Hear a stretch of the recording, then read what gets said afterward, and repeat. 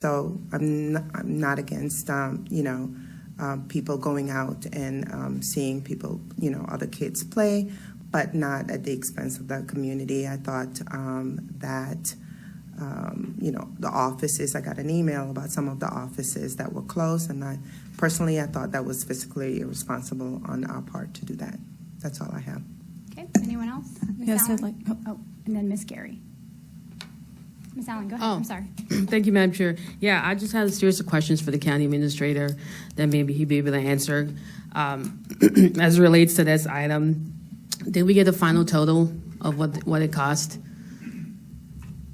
So the number we're still waiting on is the payroll from the sheriff's office, which I'm told will post tomorrow. So the number that we have right now is roughly $62,000 to $63,000. Minus the sheriff's payroll. Okay. Correct. And do we know roughly how many employees were eligible to attend and how many roughly probably showed up? I don't have it in front of me, but I believe we had about 400 eligible. We had several that already had vacation time put in. We had teleworking, and the last number I got was around 100, but that was an informal number from FredNats Stadium. Okay. Do we have a policy in place that in the event the board wanted to do something like this in the future, that it wasn't deemed last minute, where we could get the information beforehand, we could get the data so that we are better informed in terms of, as a board, not because of you, but in terms of a board, so that we're better able to make a decision versus being able to do something on the spot, fly less than 24 hours before the event? So I'm not sure about a policy, but it was because of the nature of the event. It was within 24 hours. It was contingent on if the team won that day, and that's what the short turnaround was for the next day. But it was less than 24 hours from, I think, when they won their game to when the event would occur. Okay. Well, my final comment would be, by the way, I knew some of these answers, but I just wanted it for public knowledge. But my final comment on this would be, obviously I don't support this because, one, I didn't think it was a good usage of tax dollars, but mostly because I just think it sets a bad precedent, because what if one of our public schools make it to a semifinal or a final during the work day? Are we then required to then give the employees time off so that they can attend? And I just don't think that's good governance. And so I'm not going to support this. And I think we could have better used this to maybe do something like pay to secure the county building, where we can get security to better secure the entrance and exit of this building. So that's just my 2 cents. Ms. Gary. Yes, I just wanted to say I do support this. I think it was a good idea. I think there are some tweaks we can make to how something like this could go in the future. I did understand the nature of why it happened last minute, and I wish it hadn't been so politicized and argued about that we wanted to do something nice for our staff. That's just my personal preference. It's how I look at things. I think, I know many organizations do things to encourage team building. The schools just tried to do it recently. That worked out differently than planned, unfortunately, but everyone was okay in the end, so I'm happy about that.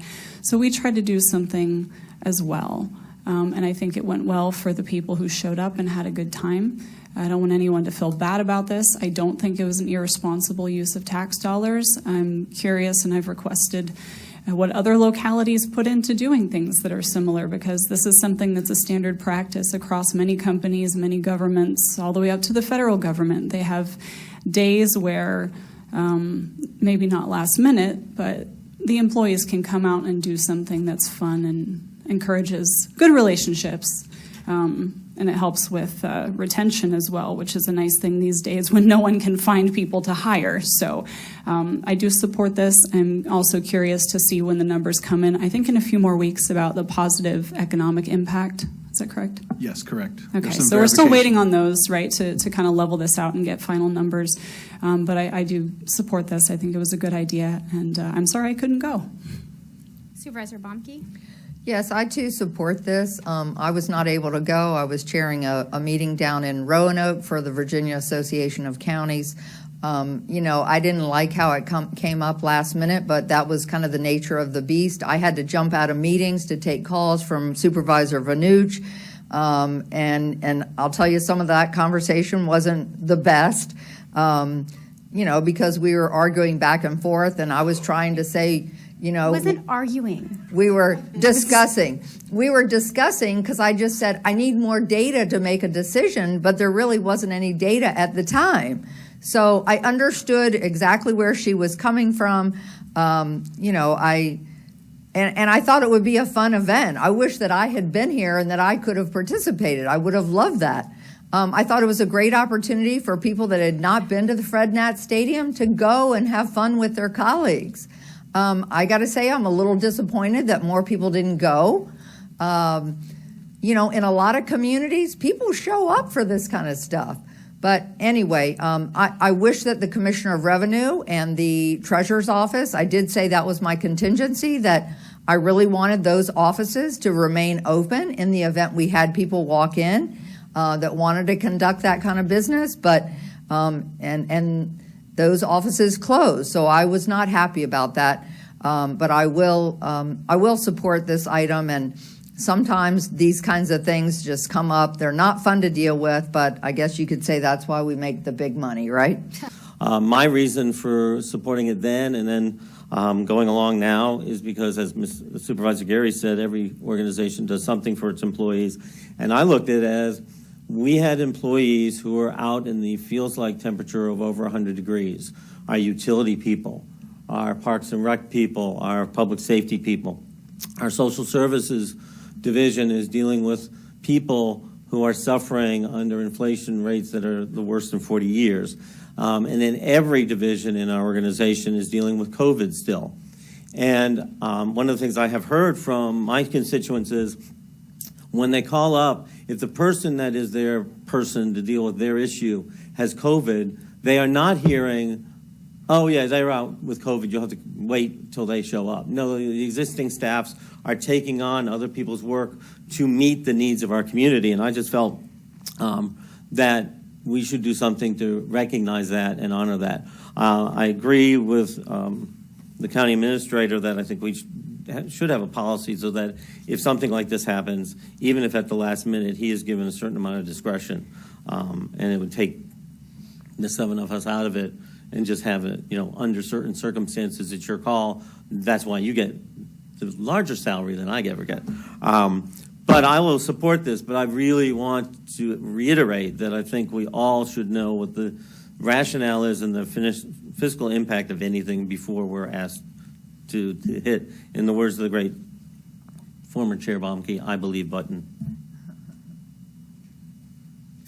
All right, I guess it's my turn. So let me just put this into context for all of you inquisitive minds out there. The county has not had any team building exercise for our county employees since prior to COVID in early 2020. So just like Supervisor Gary had mentioned, we looked at this in an investment in our staff and trying to encourage them to have a stake in. We hashtag ourselves Team Stafford. Well, Stafford baseball had made it to the National World Series. It was a really big deal for these students, and I would have supported anything to help encourage these students and wish them well in their game. The second, and shame on the Freelance Star for not putting this in their one-sided article. They have an inkling to do that, but what they left out is a really, really important fact. Whenever the county has a closure, the departments that are mostly paid is the Commonwealth Attorney's Office, the courts, all of our first responders like fire and rescue in the sheriff's office, utilities like Supervisor Cohen had mentioned of the folks out there in the heat fixing those water main breaks when they're down.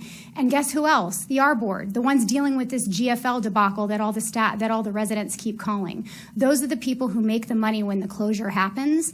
And let me put this into context.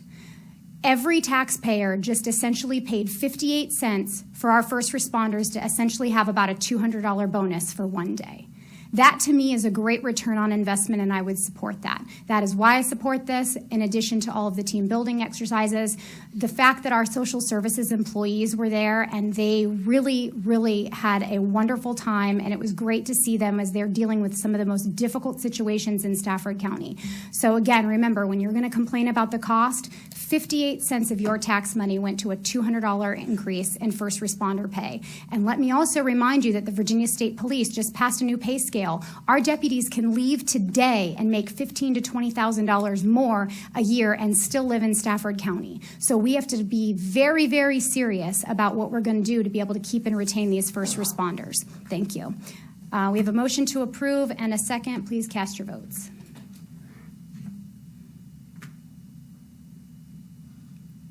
Tally the votes. The motion carries 4-3.